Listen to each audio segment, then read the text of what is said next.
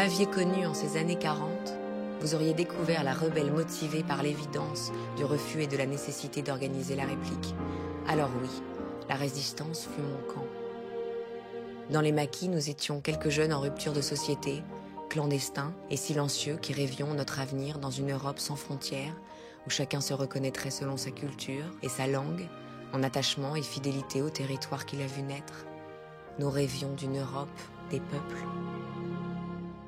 Terroriste pour certains et digne du peloton d'exécution, et finalement décoré de la médaille de la résistance au sortir de la guerre, je savais que mon chemin me conduirait inéluctablement à dénoncer les atteintes à l'intégrité de la vie et à la dignité.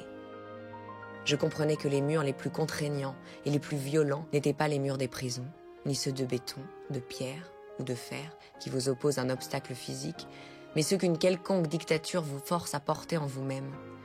Le mur de l'intolérance et de l'apartheid, celui de l'argent et celui du mépris, pour lutter contre les murs frontières qui séparent, qui enferment et qui isolent. Il faut commencer par abattre les préjugés que nous portons en nous et ne jamais retenir l'élan qui nous pousse vers l'autre. حکومت بأسیس حمیسی حاکم بر اقداد بر بغداد به شهادت رسیدند. Comment des hommes peuvent inventer des trucs pareils pour se détruire entre eux?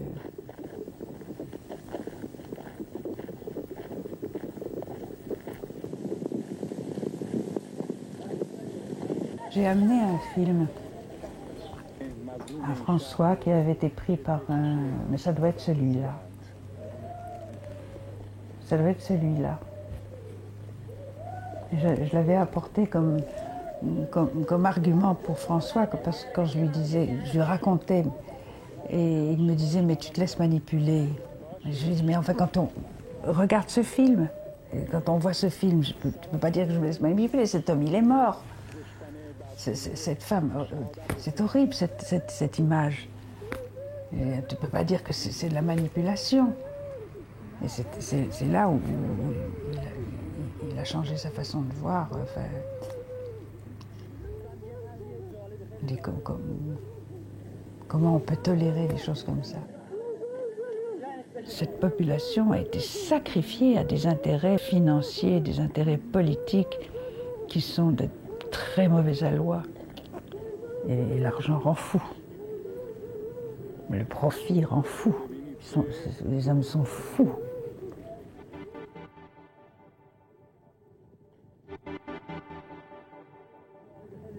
On cherche la véracité du témoignage et quand on la trouve comme ce document, à ce moment-là, c'est une révolte intérieure, une révolte intérieure qui doit exploser. Et cet acharnement que j'ai mis à faire entendre la voix des Kurdes, c'était le résultat de cette révolte intérieure qui m'habitait devant des choses comme celle-ci. En parcourant le monde avec François depuis 1947, j'ai rencontré les puissants de tous les pouvoirs. Les rois, les chefs d'État et leurs cours respectives, les présidents des grandes institutions, des grandes entreprises et des partis politiques. J'ai été reçu par les premières dames de tous les pays et j'ai accueilli des personnalités au plus haut de leur gloire, d'abord à la maison, puis à l'Élysée. Mais je n'ai jamais été grisée et je ne suis jamais restée sourde aux discours des victimes du système. Tout naturellement, je me suis rapprochée des peuples révolutionnaires qui voulaient changer le monde. La diplomatie n'est pas mon fort, et j'appelle un chat, ce qui me vaut de nombreux détracteurs. J'essaye d'expliquer le pourquoi d'une situation, ce qui ne veut pas dire que j'en approuve les portées. J'essaie de faire comprendre, pour l'avoir vécu, que toute résistance assimilée au terrorisme est la plupart du temps due au terrorisme d'État ou aux ambitions impérialistes qui mettent les populations dans l'impossibilité de s'épanouir. Le gouvernement chinois me condamna pour avoir donné notre temps de parole aux Tibétains à la tribune de l'ONU. Les dirigeants turcs me montrèrent du doigt pour avoir dénoncé leurs agissements à l'encontre des populations kurdes. Je suscitais également la colère du précédent roi du Maroc en manifestant de l'intérêt pour la reconnaissance des Sahraouis et pour leur revendication de vivre sur leurs terres. Je peux m'enorgueillir d'avoir participé avec la Fondation France Liberté à la fin de l'apartheid en Afrique du Sud. Nelson Mandela en parlerait mieux que moi. Il raconterait les rencontres de Dakar en 1987 et de Marly-le-Roi en 1989. Mettre face à face des représentants de l'ANC et ceux de l'apartheid n'était pas chose facile.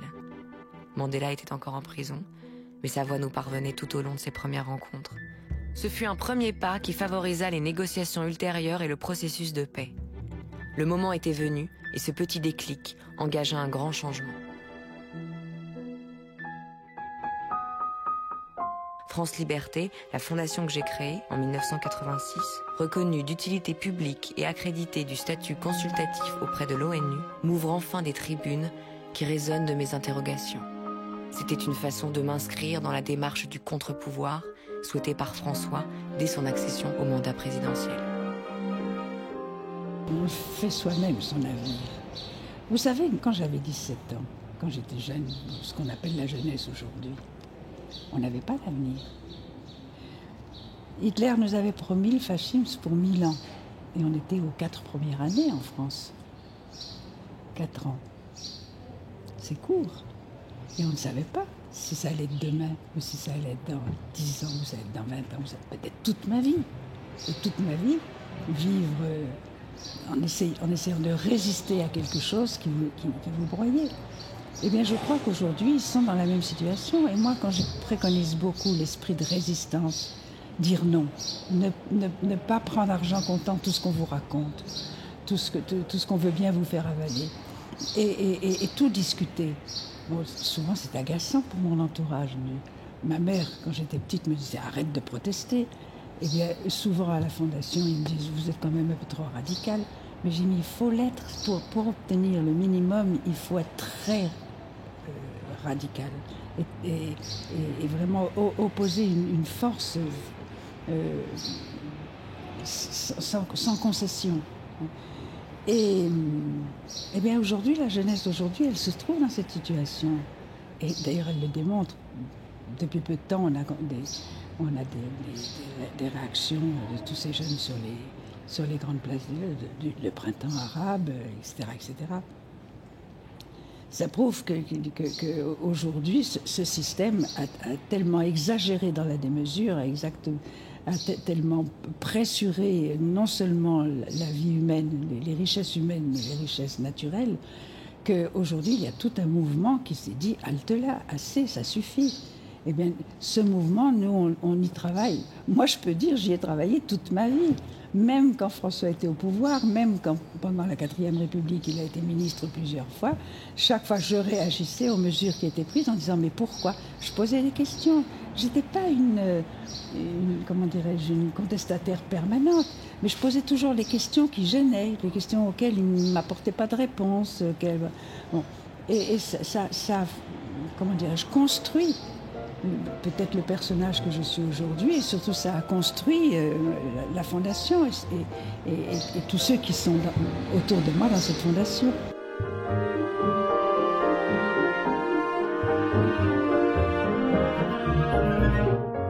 Si j'ose prendre ici le risque de dire que j'ai toujours voulu donner au bon sens la place qui lui revient dans l'édification du bonheur, l'organisation de la société, bref, la politique, le véritable écueil reste celui de ne pas être entendu de ceux qui nous dirigent, pas plus que de leurs conseillers, élevés à l'école de la pensée unique, au mépris de tout principe humaniste, solidaire dans le respect de la vie.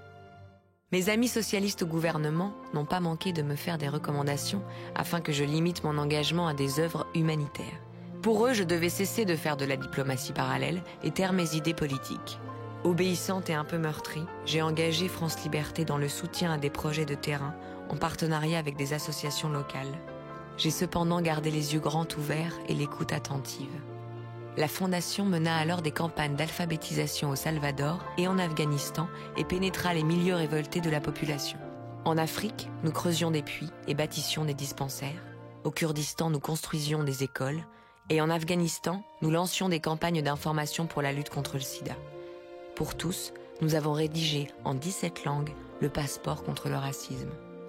Mais surtout, nous tissions des liens, favorisions des rencontres. Les témoignages affluèrent aussi bien du Mexique, du Guatemala, de l'Argentine, de l'Uruguay, du Brésil, du Chili, de la Colombie, de la Bolivie, des pays de l'Est et de l'Asie. En référence à la Déclaration universelle des droits de l'homme, nous dénoncions, nous plaidions, nous lancions des appels, nous interpellions les chefs d'État. Vous savez, la formule, faire des rêves assez grands pour ne pas les perdre de vue en les poursuivant, moi, ça a été le ciment de ma vie, en définitive. J'ai toujours rêvé l'impossible pour pouvoir atteindre un petit quelque chose. Et à la Fondation, c'est ce qu'on est en train de faire. On est en train de construire sur la base de réalité. On nous traite souvent d'utopistes, de farfelus. On a quand même un certain bon sens qui ne nous fait pas aller jusqu'à l'impossible, mais qui nous fait au probable, au possible, à ce que l'on peut atteindre, un objectif. Et nous, l'objectif aujourd'hui, c'est de sortir de ce système délétère, fondé sur une fausse valeur illusoire, qui est l'argent, alors que nous, on veut construire le monde de demain sur les vraies valeurs de force de vie, ce que signifie le mot valeur, et mettre en partage tous les biens communs du vivant, pas seulement de l'humanité, mais de la faune, de la flore et de tout ce qui représente la vie sur cette terre, pour qu'au moins chacun ait sa part de vie naturellement.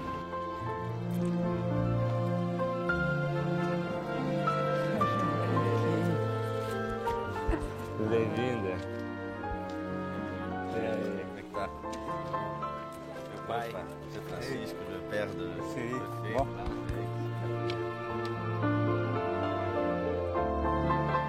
Boa viagem. Bon voyage. Ei, Le système actuel prétend que c'est un pays pauvre au PIB zéro. Et quand on entend et quand on voit comment vivent cette population, on se dit mais ils sont très riches et ils reconnaissent qu'ils sont très riches. Nous avons une terre, nous avons une forêt, nous avons de l'eau, nous avons du soleil, nous avons la chaleur, nous avons tout ce qu'il faut pour pouvoir vivre dignement, alors qu'on ne nous dise pas qu'on est pauvre. Mais dans le système, ils sont catalogués comme pauvres et ils relèvent le défi. Ils disent nous, on va vous faire la démonstration que nous sommes riches et on va vous dire pourquoi. Ah, tá. Oui.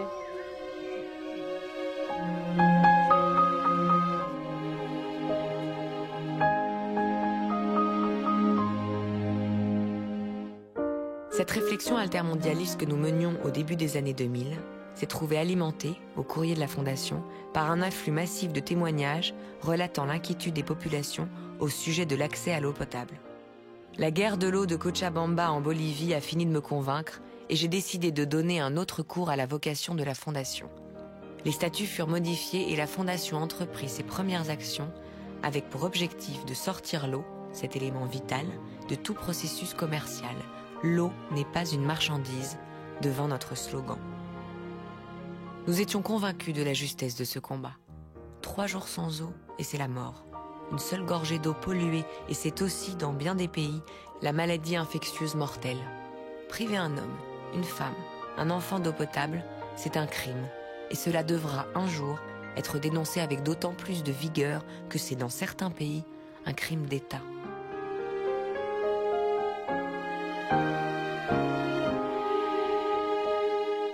C'est pas une richesse, ça? Ce fleuve? Elle est présente, cette guerre de l'eau, parce que il suffit de regarder autour de soi. Demandez-vous pourquoi les Chinois ne veulent pas quitter le Tibet. C'est tout simplement parce que toutes les sources des grands fleuves qui arrosent l'Asie partent du Tibet. Et celui qui est maître des sources du Tibet, il est maître de toute l'Asie. Pourquoi la guerre en Irak? Alors on nous a dit c'est pour ramener la démocratie. On veut bien le croire. Alors c'est peut-être pour le pétrole. C'est pas vrai. L'eau. C'est que au Kurdistan, les fleuves, le Tigre et l'Euphrate, partent du Kurdistan et arrosent tout le Moyen-Orient. Et celui qui est maître du Tigre et de l'Euphrate, il est maître du Moyen-Orient. Ouais. Demandez-vous pourquoi les bases militaires américaines se situent toujours au lieu où elles sont. C'est tout simplement parce que dessous, il y a les nappes phréatiques les plus importantes du continent sur lequel elles se placent. Elle est là, la guerre de l'eau.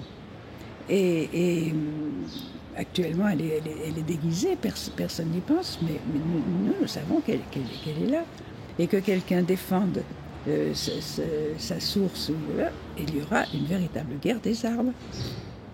Quand on pense qu'il y a des multinationales, à Soweto par exemple, qui ont fermé les fontaines publiques parce que c'était de la concurrence déloyale avec leurs propres fontaines, où on pouvait aller qu'avec des cartes prépayées, ce sont des criminels. Ce sont des criminels. La vie, c'est un tout. Il y a non seulement la vie de l'humanité, mais il y a la vie de la faune, la vie de la flore, la vie de la terre. L'eau, elle est à l'usage de tous, de toutes les formes de vie. L'homme ne peut pas se l'approprier pour arroser telle plante et laisser mourir telle autre, pour faire payer l'eau à une population en laissant mourir une autre population qui ne peut pas, qui n'a pas l'argent pour payer. Non, c'est pas ça. L'eau, elle doit être accessible à tous. Alors, à l'occasion de tous les travaux que nous avons faits dans les ateliers des forums sociaux mondiaux, où d'autres associations travaillaient sur le même thème que nous, on s'est tous rassemblés et on est arrivé à une déclaration commune en 12 points, dont on a sorti 3 principes fondamentaux, qui sont que l'eau n'est pas une marchandise, donc personne ne peut se l'approprier pour en faire un profit personnel. Elle doit être rendue à la terre suffisamment en bon état, saine, pour que les générations suivantes puissent l'utiliser sans dommage. Elle doit être gérée par les pouvoirs publics qui ont le sens de l'intérêt général et pas le sens de l'intérêt privé. Donc tout le monde doit avoir accès à l'eau. Et puis surtout, elle doit être inscrite dans les constitutions comme un bien, un droit de l'homme.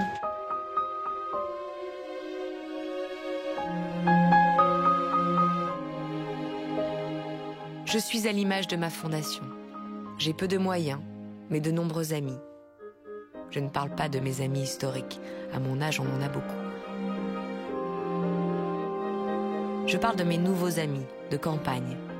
Ils se reconnaissent comme les nouveaux résistants à l'ordre néolibéral, les bâtisseurs d'un monde où chacun trouve sa part de vie, de liberté et d'action, les expérimentateurs de solutions alternatives aux problèmes du temps. Qu'ils se rassemblent, s'unissent, fusionnent partout dans le monde pour mettre un terme à la dictature économique et financière, suppôt des dictateurs politiques. Celle-ci semble être enfin ébranlée par la colère des peuples. C'est heureux, mais ce n'est qu'un début. Je souhaite de tout cœur que nos propositions en faveur des biens communs du vivant soient comprises de tous et participent à l'urgente et indispensable métamorphose de la société humaine vers une nouvelle civilisation. Je ne sais si un jour lointain, un homme trouvera au fond d'un grenier, au pire, ou d'une bibliothèque au mieux, ce texte. Il ne saura sans doute pas qui était cette Danielle Mitterrand. Oh, cela me dit quelque chose. Un minuscule hommage posthume. Ce que j'ai fait dans ma vie ne mérite sans doute pas mieux, et je ne saurai jamais si le monde de demain ressemble à celui dont je rêve pour mes petits et arrière-petits-enfants. Ce rêve compte plus pour moi que le futur souvenir d'un lecteur occasionnel. Il m'a porté toute ma vie, mais il est trop grand pour tenir dans une petite bouteille.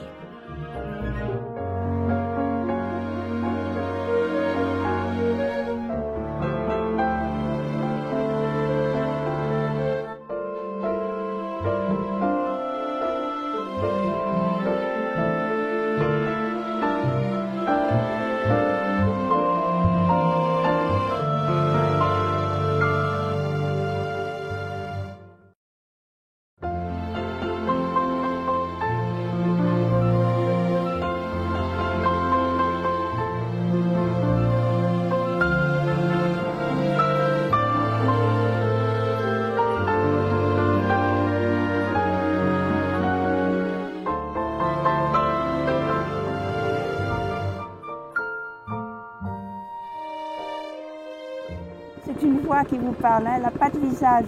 C'est comme si j'étais chez Marcos. C'est ce commandant Marcos, c'est que j'ai un passe-montagne.